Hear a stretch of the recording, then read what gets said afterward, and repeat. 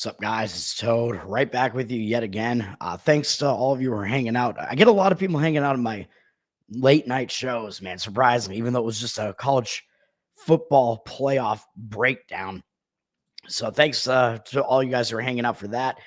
I'm going to have two plays today. I don't want to force anything, man. I know we're looking at a slight losing year here for the first time in a decade, basically, for me. My second losing year of 18 years if this happens, which sucks, but I'm not going to try to force anything. I'm being selective here today. I got one college basketball play, one NBA play. So all my plays are basketball today.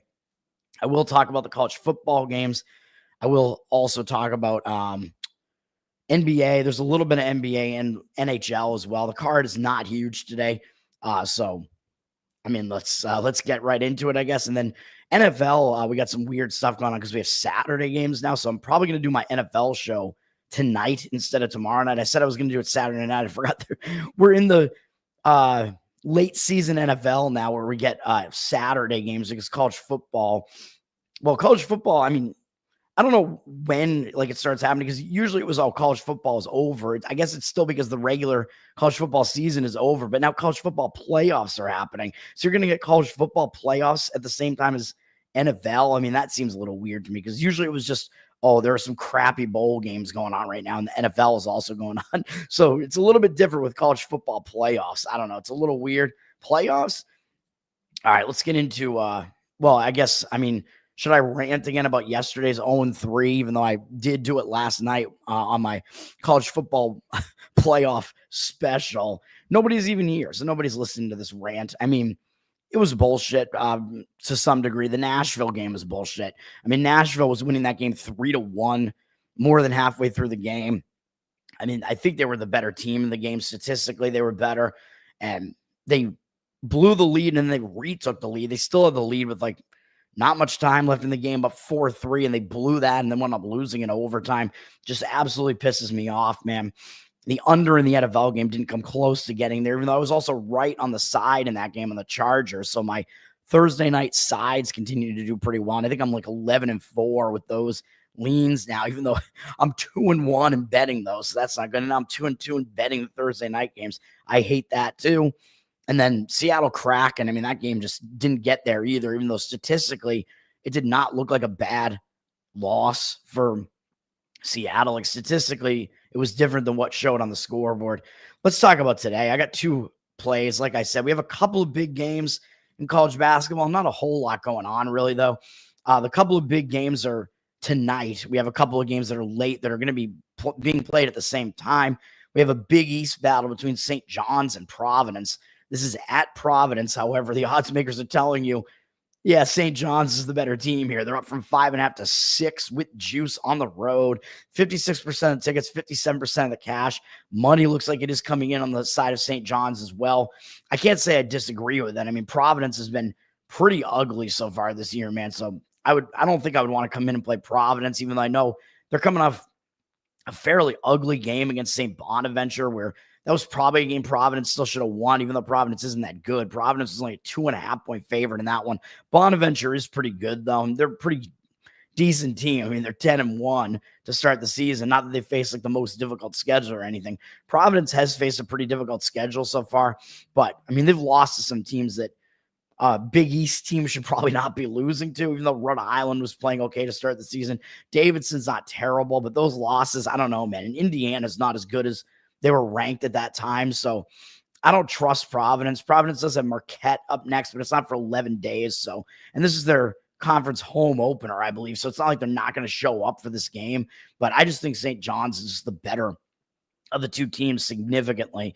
St. John's, I mean, their schedule's been difficult as well. And really, their only losses are by 1 and 3 points against Baylor and Georgia. So St. John's resume is pretty decent so far, even though they don't really have that many impressive wins, really. I mean, the best teams they beat were New Mexico, Virginia, but they absolutely annihilated Virginia. They beat New Mexico by double digits, beat Kansas State by double digits, even though Kansas State is down.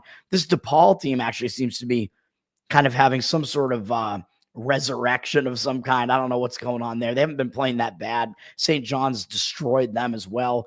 The one hesitation I might have with St. John's here really is that this is their first true road game of the season, and those tend to be tough. So, I mean, it's not going to be a play for me, but I do still agree with the St. John's side just because I think Providence is kind of down this year and they play real ugly. But I think St. John's does like to speed the game up, and Providence likes to try to play the game really slow. So that is kind of a recipe to cover as a home underdog. If you're Providence, you do want to try to slow the game down and throw like a fast-paced team out of their element. And then Dayton, Cincinnati, maybe the best game on the board here. Number 19, Cincinnati. Number 22, Dayton. Dayton is cracked into the rankings here, but Cincinnati is the road favorite here. Well, not road favorite. Cincinnati is the favorite here. I think this is actually a neutral site game, even though, yeah, it's in Cincinnati, actually. So it's in Cincinnati, but it's not on Cincinnati's home floor. I don't really understand that. But it's also close to Dayton, obviously. This is a battle of Ohio. I guess Cincinnati kind of has the semi-home advantage. They have a semi because it's actually in Cincinnati. This is a hard game to handicap, man, in my opinion. Cincinnati's coming off that other Cincinnati battle where they beat Xavier. That's always a tough physical battle, man. Although I think they do have some time off after that game. When was that game? That game was on the 14th, so they do have some extra days off. So I think they have more rest than Dayton does. Dayton, they're coming off a not very good performance against UNLV a couple days ago. So Dayton has less rest, but Dayton did kind of continue that momentum there. I played UNLV in that game. I thought it was a sandwich spot for Dayton. UNLV covered, and they almost won the game outright. I mean, Dayton plays really slow pace too. So asking Dayton to cover a huge number like that of 11.5 was not really it was a pretty big ask. Let's just put it that way. Dayton was coming off that big win over Marquette, which I was also on that game. I'm the Dayton seer right now, man, because I had that game too. And then I faded them in the game against UNLV because that was coming off the huge Marquette win. And they had this big Cincinnati battle up next against Cincinnati. So Cincinnati, of course, the biggest brother in Cincinnati. It's kind of a bigger brother situation. Dayton stepping up to play an in-state bigger brother here as well. So after that bad performance, but still a performance that's going to continue their momentum, I think Dayton's going to realize they have to fix some things after kind of a bad performance, but the momentum continues. The slump doesn't continue for them because they won. So that's going to continue into this game. That'll translate into this game. So my first instinct was to slightly lean to the Dayton side, but the market looks very much in disagreement with that, with the public actually liking coming in and taking the points. I guess they see this as a competitive matchup, but I do think it is. And they're coming in and taking the points with Dayton, 62% of tickets, with 69% of the cash on Cincinnati. I don't know about that, man. And we've seen the total drop from 141 to 137. I do think this is going to be a physical, low-scoring game here, which also kind of is helpful to an underdog trying to cover points as well. So, I mean, I'm not going to necessarily agree with the market here and want to lay points with Cincinnati. I might slightly disagree with that. So I'm not going to try to do that, even though it's dangerous to disagree with the market, as I tend to say, but I'm just going to stay away. The one game I'm going to play is, yeah, you're going to love this one. We're going ugly with this one. I'm going to lay points with an awful Siena team. Yeah, I know it looks bad, but there's a method to my madness as usual. Siena's up from -5 to -5.5. So, I mean, it looks like there has been some slight movement coming in on Siena. Mostly this is just a fade of Holy Cross. I mean, both of these teams are bad, but Holy Cross is the more bad of these two teams. And Holy Cross, holy crap, really. They're coming off a win on the road over Quinnipiac, which this is a big win, man. I mean, Quinnipiac was a 10.5-point favorite in this game, and Holy Cross beat them on the road and delivered them their first home loss. It might not look like a big win there, but it is. That's a big upset for Holy Cross, and they were losing most of this game, losing in the second half, and they came back and erased the deficit, overtook them, and won the game. But if you look at the stats in this game, and Quinnipiac dominated them on the boards in this game. They actually shot better from the field, but the difference in the game basically was the 3-point shooting percentage. Holy Cross shot 48.3% from three. That's not going to happen again. Quinnipiac only 19%. So you had outlier 3-point percentages on both sides in that game. So I think that outcome is a bit misleading. And now Holy Cross has to play a second straight road game. I don't know how many days they have off here. They only have 2 days off, and they have to go into the state of New York now to face Siena. Siena's in New York, so it's not a huge travel from Connecticut to New York, but still, I mean, I don't like it. And Holy Cross also, I mean, that was a good road win. They did have one other road win at Brown. I mean, I don't think Brown is that good. And yes, they faced some tough teams on the road, Wisconsin, Rhode Island, but they also have not done well on the road. I mean, they've lost all these games. They got annihilated by Maine, even though Maine's a little bit better than they usually are. That's still pretty bad. And then, yeah, I know Virginia, pretty good team, but I mean, Virginia's not as good as they once were. So I don't know. Holy Cross, yeah, they played some decent teams in here, but they're just not a good team. Their road resume, it doesn't impress me. Siena, on the other hand, yeah, they're coming off a tough game, but I think they're going to be embarrassed off of this game. And when you don't even crack 50 points, you only scored 48. I know that St. Bonaventure is good. St. Bonaventure was a 6.5-point favorite in this game. Siena, I mean, they just did not have a good game. They got blown out in this game, man. So when you're coming off a blowout loss like this, even though I know Siena, they do have Cornell up next. So they do have an in-state bigger brother up next. St. Bonaventure is also an in-state bigger brother.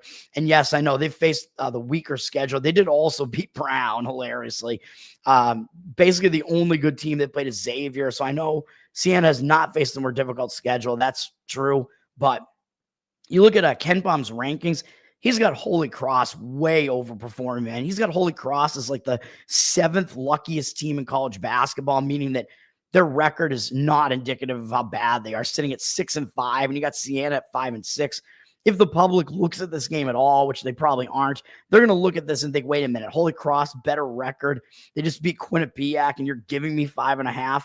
Looks a little bit tempting if you do look at this game to take Holy Cross there, but I'm fading that sentiment.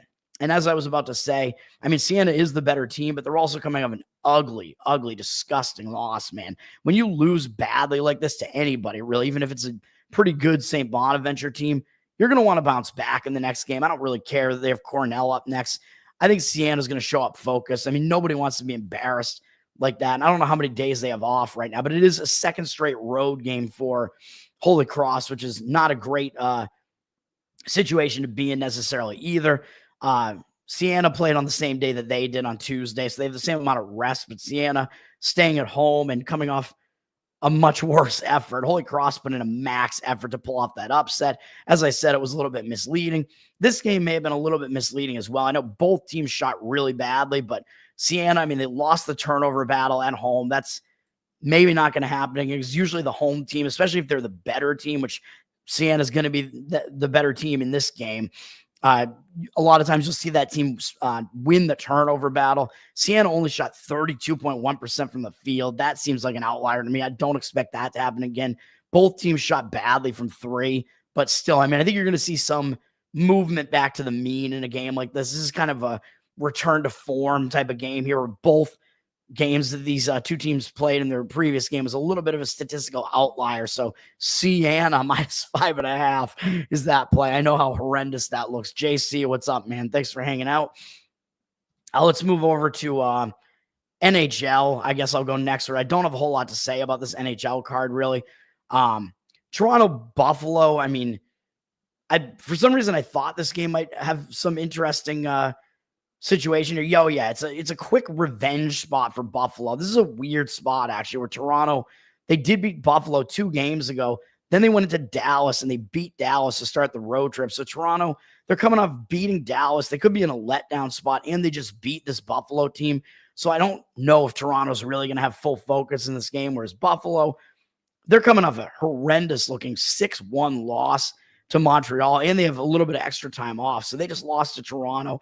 They lost to Montreal. They're on a massive losing streak, though. So do you want to try to run afoul of this train, basically, and step in front of this train? I don't know. I don't really want to, but I would lean to the Buffalo side here. I mean, something's got to give. And once you lose 6-1 to another pretty bad team in Montreal, I think you're going to be pissed off. The extra days off, I think, might help them stall out that losing momentum. They did play a bunch of games in a short time span here, so they were not rested.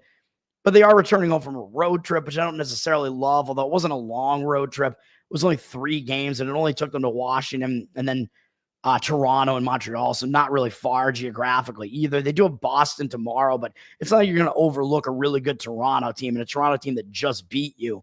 So the lean would be to Buffalo in that one, as bad as that looks. Toronto's down from minus 165 to minus 155. 69% of the tickets. Obviously, Toronto's going to be public, but 98% of the cash. So the cash looks like it's coming in on the Toronto side a little bit as well. So I'm going to avoid it. I'm not playing anything in the NHL here, but just something I was going to point out. And then Carolina, Washington is the one like good game on the board here. Carolina's up from minus 140 to minus 141. Odds makers telling you Carolina is good enough that they're laying a price on the road at Washington. 52% of tickets, 55% of the cash on Washington. I don't know how to read into that really, if the cash percentage is really coming in on Washington or not, because to me, it looks like you look at this game, I would think the public would come in and say, oh, I'm getting like an underdog price with this Capitals team that has the better record than the Hurricanes at home. That looks pretty tempting to take Washington as an underdog there at home. So that's kind of the way I would read into what the market is telling you there. It's telling you Carolina is still the better of these two teams. I mean, Carolina, they're kind of on a roll right now. They've gotten going again. They've won a couple games in a row. They're starting a road trip. They do have a couple days off, but I do think that in a spot like this momentum will continue, winning a couple of games at home against inferior teams, and then you go on the road, starting a road trip, especially against a team that's going to draw your focus, a team that has a really good record. It does look like a focus spot to me on the Carolina side there. On the side of Washington, they're not going to be unfocused either. I mean, they just lost to Chicago, which I think that was a bad spot. I mean, that was a back-to-back. Did I play Chicago in that game? I don't remember if I did or if I didn't, but that was a bad spot for Washington, man. I might have avoided it because Chicago might have also been not in the greatest spot, but Washington, they just lost their win streak in a game at Dallas, and they had to play a third game in 4 days, a fourth game in 6 days, all in different cities. They had to go back-to-back to play Chicago, so that was a bad spot. So now, even though they are returning home, it was a short road trip, so I don't think the return home spot is really going to distract them here. I mean, Carolina's coming into your place. You're not going to be distracted in a spot like that. Having that extra time off, maybe will break their losing momentum a little bit. So I expect both teams to show up, but I do think the spot is actually a little bit better for Carolina, and the odds makers are telling you Carolina is the better team, despite what you might read into their records there. So that is kind of the way I would lean there, is to the Carolina side slightly there. And then the game that I almost played, I almost wanted to fade Florida. I mean, this is unfortunate because Florida is in a ridiculously bad spot here, man. Florida, they just had an extended road trip starting on the 10th, took them out to the Pacific Northwest. They had a successful road trip, winning 3 of 5 and beating Edmonton and stopping Edmonton from getting Stanley Cup final revenge. And then they just crushed Minnesota on Wednesday, 6-1. And now they're returning home from that road trip, and they get an inferior St. Louis team. And up next in 2 days, they got to play Tampa Bay. They actually have to play them back-to-back in a home-and-home. Those are much bigger games than St. Louis. I mean, Tampa Bay is a divisional opponent. St. Louis is out of conference. You're coming home from a road trip. I always say, coming home from a long road trip like this, you have to get back to family life. They only have 1 day off. I mean, having 2 days off might actually exacerbate the circumstances a little bit. As I pointed out in baseball, you might think that having that extra day off would help put stuff away at home, but it actually gets you like settled in at home. It becomes more of a distraction. But even so, it is still a return home spot for Florida. So I'm looking at this and I'm like, this is basically a sandwich spot for Florida. I mean, it's a return home spot. They're coming off a couple of huge wins. They got another big game up next against Tampa. They're going to look right past St. Louis. I still think that's the case. The problem is St. Louis is maybe going to be really fatigued in this game, man. So I just don't think I can do it. I looked at this and I'm like, I was ready to jump on St. Louis. And now I'm looking at this and I'm like, I don't think I can do it. St. Louis is playing back-to-back. They played last night, even though I know they lost to Tampa. So I don't think St. Louis is going to be unfocused here, but it's just how much fatigue are they going to have when they're playing back-to-back? They played yesterday. They're playing a third game in 4 days, all against good teams, New Jersey, Tampa, Florida, playing a fourth game in 6 days, going back to the New York Rangers. These last 3 are all in different cities. They were at Dallas the day before that. So now you're looking at them playing, 5 games in 8 days or something like that. It was 6 in 10. I think or whatever it is. It's 7 games in the last 11 days, I think, and zigzagging all over the place. So this just looks real bad to me, man. And I guess it's actually 6 games in the last 9 days. I think whatever it is, St. Louis has had a packed schedule, so I just can't do it. So then you might think, well, don't you want to look to the over because you're going to have a probably focused but tired St. Louis team. So you're probably going to get focused. So they're going to want to score, but bad defense. Yeah, that is a recipe for an over, but on Florida's side, I don't think it is because the thing that I think you might not get from Florida here is focus. So I just can't do it, man. I don't want to play the over either. It's down from 6 juice to the under, 5.5 juice to the over.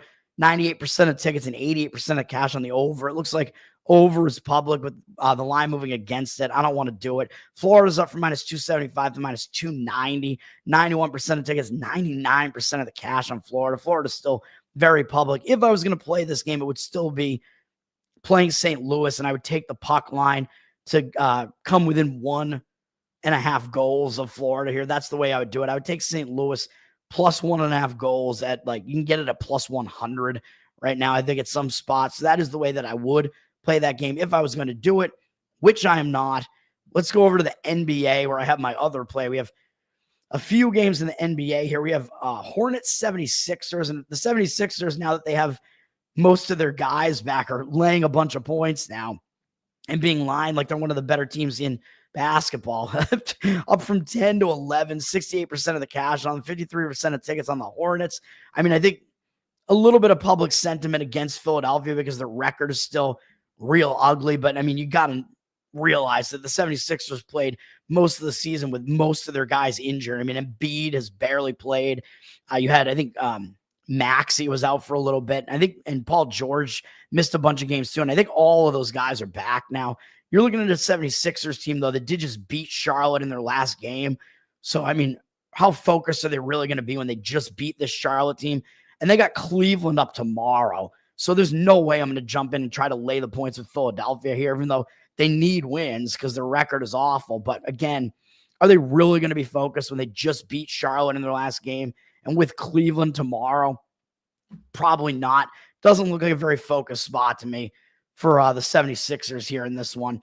And Charlotte, they played a game in between, so I can't jump in and try to take the points with Charlotte either.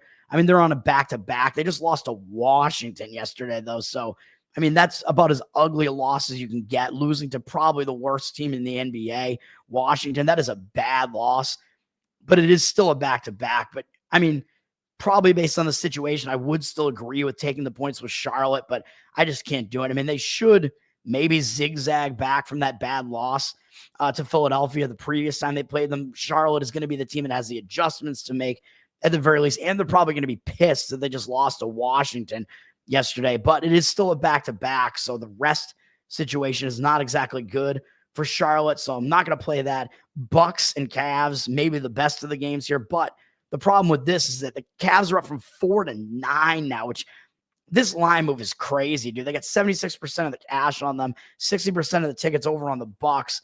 Now, my first instinct here was, well, Milwaukee just won the in-season tournament, and they pulled off a huge win over the Thunder. So I'm like, I want to look to fade Milwaukee here coming off of that. But then I'm like, oh, but they're playing Cleveland. So you're not going to get an unfocused Milwaukee team. It's just a matter of, are they going to be tired out after they had to go to Vegas? They played Atlanta and Oklahoma City in Vegas in the in-season tournament there. Now they're having to go to Cleveland. So it's a decent amount of travel here from Milwaukee. So it doesn't look like the greatest spot, but it's not like they're going to be unfocused against the Cleveland Cavs. So I couldn't jump in and play the Milwaukee side or play against Milwaukee, I should say. But then again, you look at why is this line moving like this? Like the line was supposed to be 4, which probably is about more of a fair line. I think the Bucks and Cavs, the Cavs are like the slightly better team in my opinion, even though the records would indicate the Cavs are way better than the Bucks are. I think the records are a little bit misleading. The Bucks have been dealing with injuries. The Bucks, when they have a full roster, they're pretty good, but why is this line moved up to 9? Well, Damian Lillard is out. He's not playing in this game, so that's a big loss for the Bucks. And then it looks like Middleton and Giannis are both listed as day-to-day. What else is new? They're always day-to-day. It looks like they're possibly going to play, but based on this line, it looks like maybe at least one of them is not going to play. Maybe Giannis is not going to play because, why would this line move 5 points just because of Lillard? I don't think it would. I think with Lillard being out, it might move like maybe a couple of points, but like a 5.5 point line move. There's got to be something else going on here, man. So it looks to me like the odds makers are expecting that maybe Giannis is not going to play in this game. So I'm not going to come in and try to fade that the Bucks in like an injured player spot or whatever, because they're getting extra points here. So once it gets to that, I think you have no line value left on the Cavs here. So I'm not going to come in and do that. On the Cavs, I mean, the Cavs may be playing in a little bit of a better spot, even though they did have extra days off here because they were not in the in-season tournament finals here, or semifinals even. But I could see this going both ways because the Cavs are coming off a couple easy wins over Washington and Brooklyn, terrible teams. So does that mean their momentum is going to continue? Maybe. Or does it mean that they have too many days off here that might break their momentum a little bit and might stall them out? I don't know. I mean, I still expect Cleveland is going to show up in this game. I mean, it's Milwaukee, and Milwaukee just won the in-season tournament, so that might give Cleveland a little bit of extra motivation here. Like, you guys won the in-season tournament. You guys think you're better than us? Well, yeah, all right. So there might be some of that sentiment going on with Cleveland. Cleveland is, of course, the team that has fewer injuries to deal with, but that's all baked into the line here, and probably too much so. So I'm not going to play that game either. So what does that leave me on? You know, I'm playing one of these games, and it's got to be that last game. It's the Miami Heat. That's where I'm going with this. It looks like at some point they were a 3-point dog, but I never saw that. I saw this game basically around pick'em. There are +1s out there right now. There are some pick'ems out there. It looks like it is moving in the direction of the Heat. Heat shockingly look like they have 60% of the tickets, but I don't think that's accurate. But it does look like the money is coming in on the Heat to the tune of 92%. I don't really think the public is going to be fading Oklahoma City here, man. I mean, you just look at the team's records. Why would the public not come in on Oklahoma City here? Even though I know Oklahoma City did just lose to Milwaukee in the Vegas final there of the in-season tournament. But is that enough to put the public off of Oklahoma City? I don't think so. And what did Oklahoma City do after that? Oh, yeah, they played again after that, and they won against Orlando yesterday. So they're playing a third game in 4 days, all in different cities. They had to play in Vegas. Then they had to fly down to Florida. They beat Orlando last night. And that was a big TNT matchup, even though I know Orlando's still without Banchero, however you pronounce his name, Bankero, the bank man, Sam Bankman-Fried. Orlando's still without him and without Wagner. So, I mean, Oklahoma City still, I mean, that's not an easy ask to go into Orlando coming off playing in Vegas 2 days before that. Not really the greatest spot for Oklahoma City, and they still went in and beat a shorthanded Orlando team.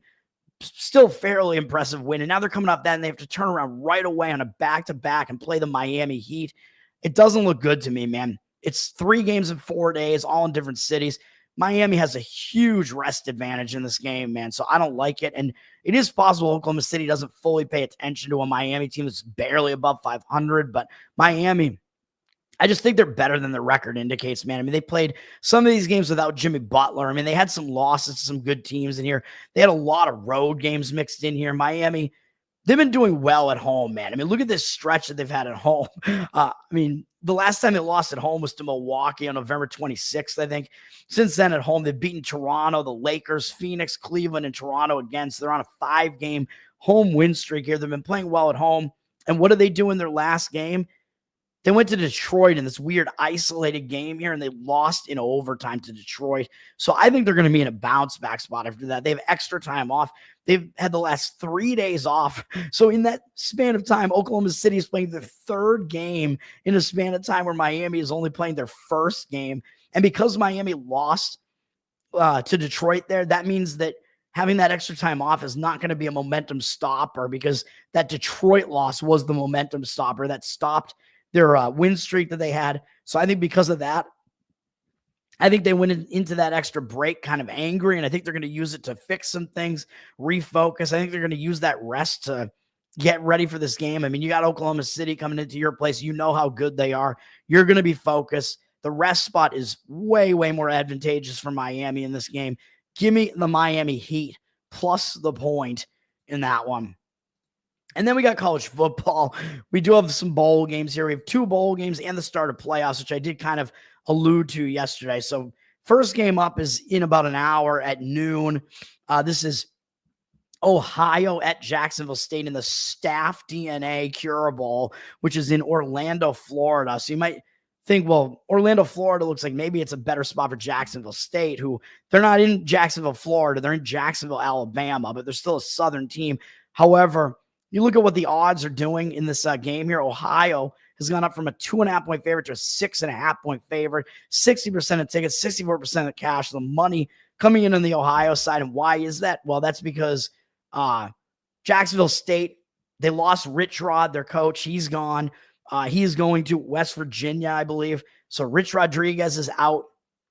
So that's a big blow to Jacksonville State, man, because he had just come in there not that long ago. He got them into FBS football. He got them their first bowl win in program history in the New Orleans Bowl, I believe it was, which I think I won money on that one last year. It was a close game because Jacksonville State had like multiple quarterbacks go down in that game, and they still got out of there with the win.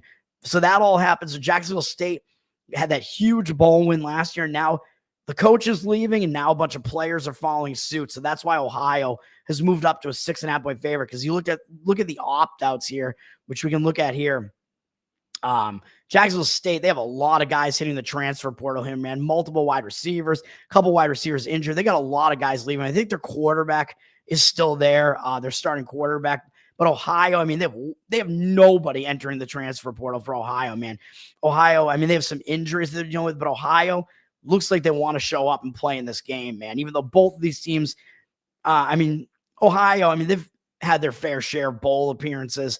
Jacksonville State, like I said, they got their first one last year, their first win, which was huge. But now, again, like this basically tells you what you need to know. Which team really wants this game more? Jacksonville State's got a bunch of people leaving. Ohio has nobody leaving. So Ohio wants this game more, in my opinion. But at this point, I don't think you can lay 6.5 with Ohio either, man. I just don't think you can do it. And I don't know if Ohio's players, if they're going to treat like this warm weather of Orlando or the distractions of Orlando are going to come into play at all for a cold weather team in December, getting to go to a warm weather vacation spot. I don't know. To me, it does look like they do want to show up and win this game, though. And this, for both teams, really, this should be their reward, because Ohio, I believe Ohio won the MAC, right? They won against Miami, Ohio in the final to win the MAC. So this is their reward for that. And Jacksonville State won the whatever conference they're in. The is it Conference USA? Whatever the hell it is. They won their conference. They blew out Western Kentucky in their conference final, and now everybody's just jumping ship. Whatever. But I think it just started with Rich Rod, man. Your coach, if you like your coach and he leaves, then it's like the floodgates open. This transfer portal thing is so stupid, man. So that's what's going on in that game. I'm not going to touch this game, but I mean, it looks like Ohio is the team that has way more motivation there. That information is coming in and is factored into the line. I mean, if you like Ohio, you can lay less than a touchdown still, I guess, at least, but I don't want to come in and do that. Totals up from 53 to 57.5, 64% of tickets, 86% of the cash coming in on the over. I mean, maybe it makes sense for the over, but I mean, with so many of these players leaving for Jacksonville State, I don't know, but their quarterback is still going to be there. So maybe you're still going to see Jacksonville State put up some points on offense. Ohio can score as well. And if Jacksonville State has a defense that is that has a lot of guys leaving, I mean, that's not great either. So I don't know I forget which one it takes you to a longer time to learn, by the way, the like offensive playbook or the defensive playbook. It seems like maybe it might take a little bit more time for the defensive players to kind of get like a grasp of it. So I don't know. We'll see what happens in that game, but I'm not touching it. Bobby, what's up, man? Thanks for hanging out, guys.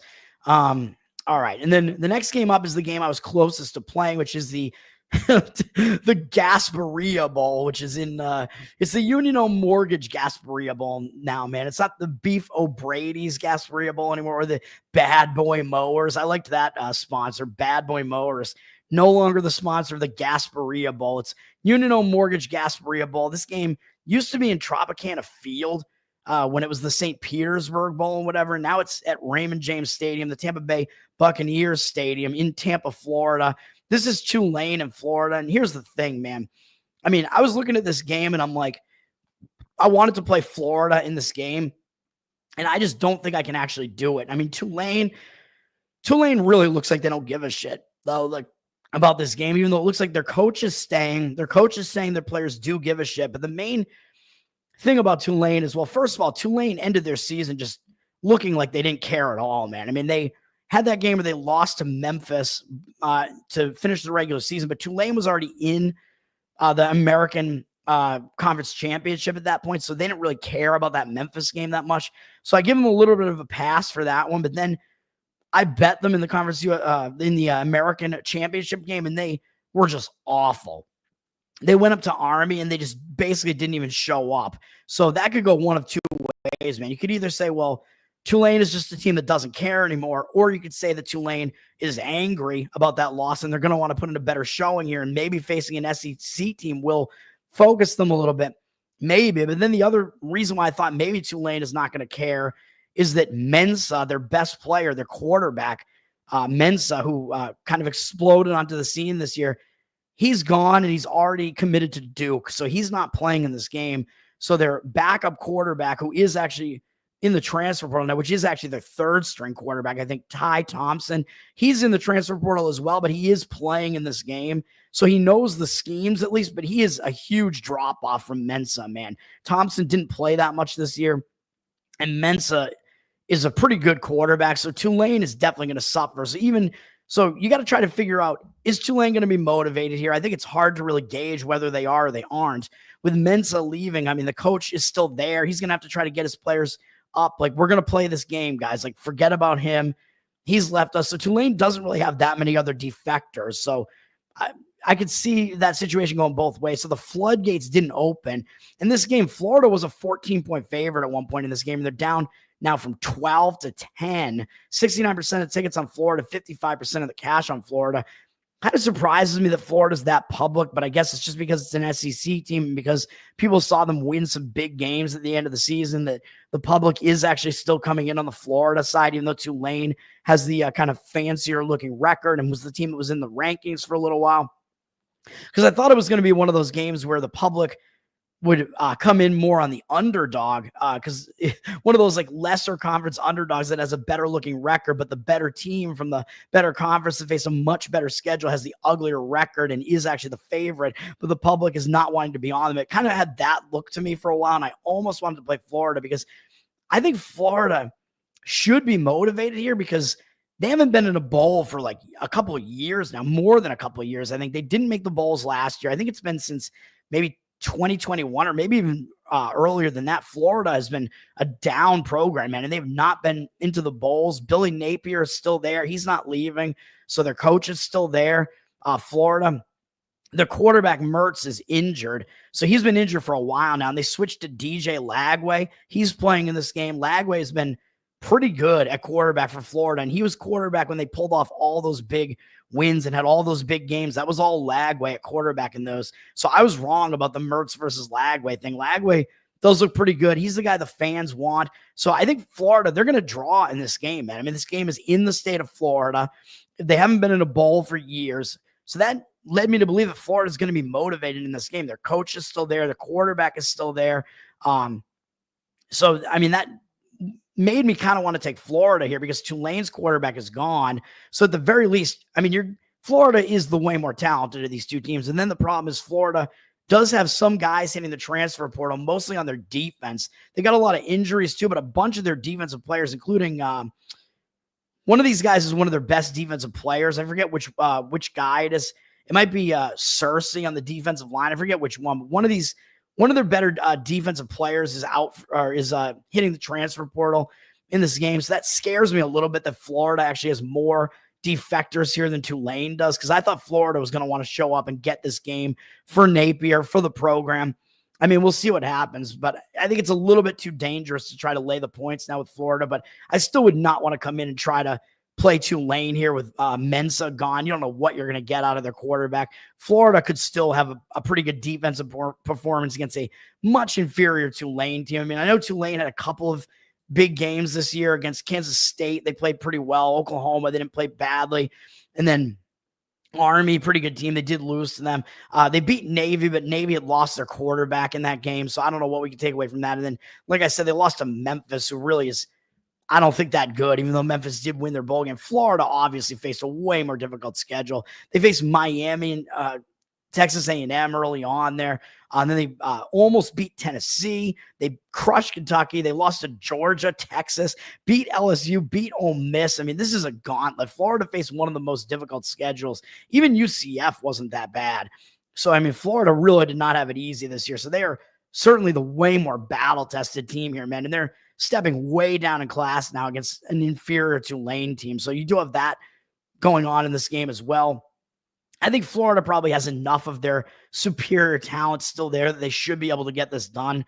And you got to, the motivation is really the thing here. Like with some of these guys leaving, is Florida still going to be motivated to get this win for the program? Because I think any bowl appearance and win is actually big for Florida with the way things have been going for this program for a while now. Hasn't happened for them in a while. So I still lean to Florida in this one, but I'm not so sure. And it does look like Tulane's coach staying there has kind of kept the team focused a little bit and kept everybody else from ditching with Mensa being on. But again, Mensa to Thompson, I think, is a huge talent drop off there. And then we have the start of the college football playoff tonight.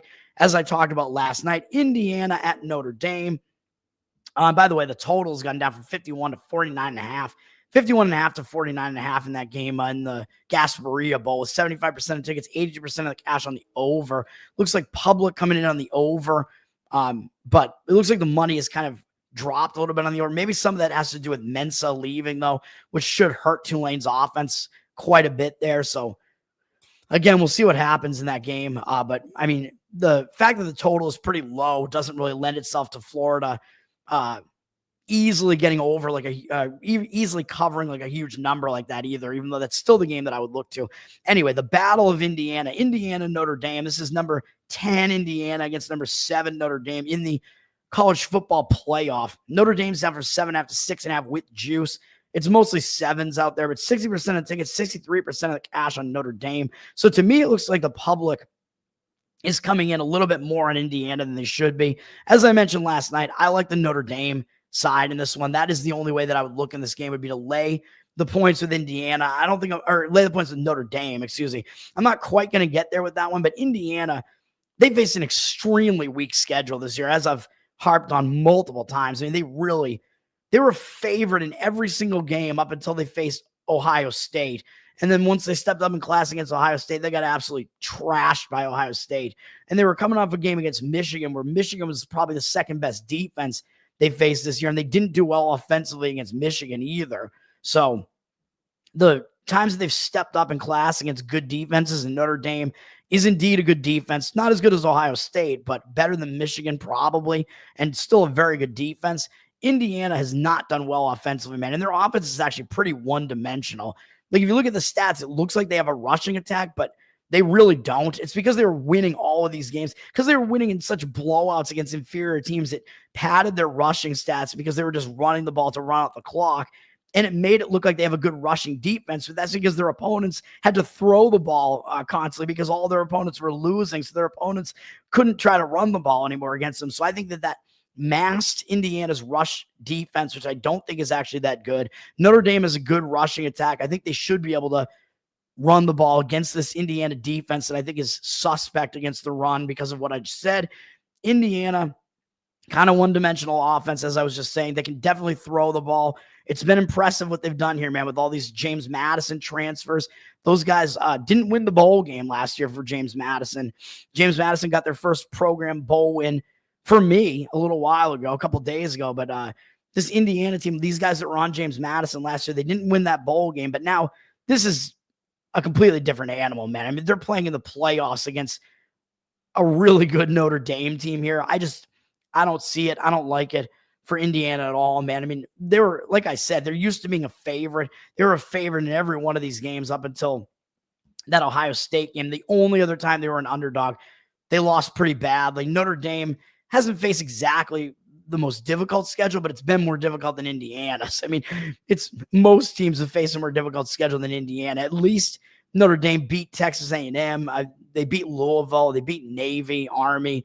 I mean, those games at least not that bad. I don't know. I mean, even Virginia, I guess it's not that bad. And then USC, not really a bad team. And I know Notre Dame's defense didn't do well in that game, but I mean, USC, I think USC might be better offensively than Indiana is, to be honest. USC at least has a more balanced offensive attack, and that was on the road, having to go out to the Pacific Coast, and it was the last game of the season. I think Notre Dame kind of knew at that point they were probably already going to be in the playoff. I mean, I don't know if they would have made it if they lost, because that loss to Northern Illinois was going to hurt them otherwise. I don't know, but still, I mean, I think we're going to see a return to form for Notre Dame's defense. I think it's going to be easier for them in cold weather as well against a suspect Indiana attack, where I think Indiana's rushing game at least is really not that good. This game is probably going to be cold, although I know both teams are in Indiana. Like I said last night, that tends to be better for a more physical team like Notre Dame. They run the ball, they play defense. Playing in the cold, 28 degrees, I think that lends itself more to Notre Dame's style of play, the more physical defensive rushing style than Indiana style, which is more finesse, passing the ball. So I don't really like him with Rourke there, quarterback. He hasn't been good as well. He transferred over from Ohio, I believe, and then a bunch of these other guys came from James Madison, including their coach. So yeah, it's been impressive what Indiana's done, but I think this is where it runs out, man, when they have to step up in class. Indiana, I mean, if you want to try to play Indiana, you're also kind of bucking history a little bit here, where Indiana's not beaten Notre Dame for decades, really, though they haven't played each other for decades either. But Indiana has not beaten Notre Dame, I think, since like the mid 1900s, but they also haven't played each other since like the 90s. And I know Notre Dame has been the way better football program throughout history as well. And, you know, this is different. I mean, this is an individual game here. Every game is an individual scenario, but I still think Notre Dame is the better team here. The odds makers are telling you they are. So I would only look to lay the points at Notre Dame in that one. I'm not going to quite get there with a play on that one, but based on what I said, you know, I kind of do like the Notre Dame side there. Total is sitting at 50.5. Really not much movement on the total. Just sitting at 53%. I would lean under in this game, because if it's going to be more Notre Dame style, where they're going to be running the ball, slowing the game down a bit, playing solid defense, Indiana might struggle on offense against a good defense, having to step up in class like this. So I think the under might make sense in that game as well. And that's going to do it for me, man, for this Friday card here. My two plays. I know we have some big college football. We got college football playoff going on. We got all this stuff going on. And I'm going into the dregs, and I'm playing Siena -5.5 in college basketball. And the Miami Heat, I mean, that's at least tolerable, I think, in NBA. They're a decent NBA matchup there. Miami +1. Those are my actual plays. Thanks for hanging out, guys. And I'll be back probably tonight to do an NFL show, because we do have 2 Saturday NFL games now. So I'll probably be back tonight and do the NFL show and take some of the burden off of me for having to deal with what I think is probably going to be a big college basketball Saturday card as well. So be on the lookout for that, I guess. And then check out my college football playoff bracket video I did last night, where I showed you guys what my bracket looks like. I'm not really a bracket guy, but you know, I just wanted to talk about it, so I did. We had some people hanging out in that one. So if you missed that, you can go check that out. That is on the channel as well. That's going to do it. I'm Tower Gang Toad. I might be getting subscriptions on Twitter shortly, so I don't know what I'm going to do as far as like bonus subscription content, but if you just want to throw me a little bit of extra support, you can look that way if I get approved, which hopefully I do. And go subscribe to the Tower Gang Patreon, patreon.com/Tower Gang. We're the most offensive comedy podcast you've ever seen, man. We're hilarious. You love us. Live pre-show, post-show, you get that bonus content. You get to hang out with us in a Telegram, submit questions to the mailbag, all that good stuff. Tower Gang, baby. That's going to do it. Let's it's the start of holiday break. Let's have some fun, man. Let's start getting some wins and see if maybe I can actually still somehow turn this year around. Peace out, guys. Thanks for hanging out.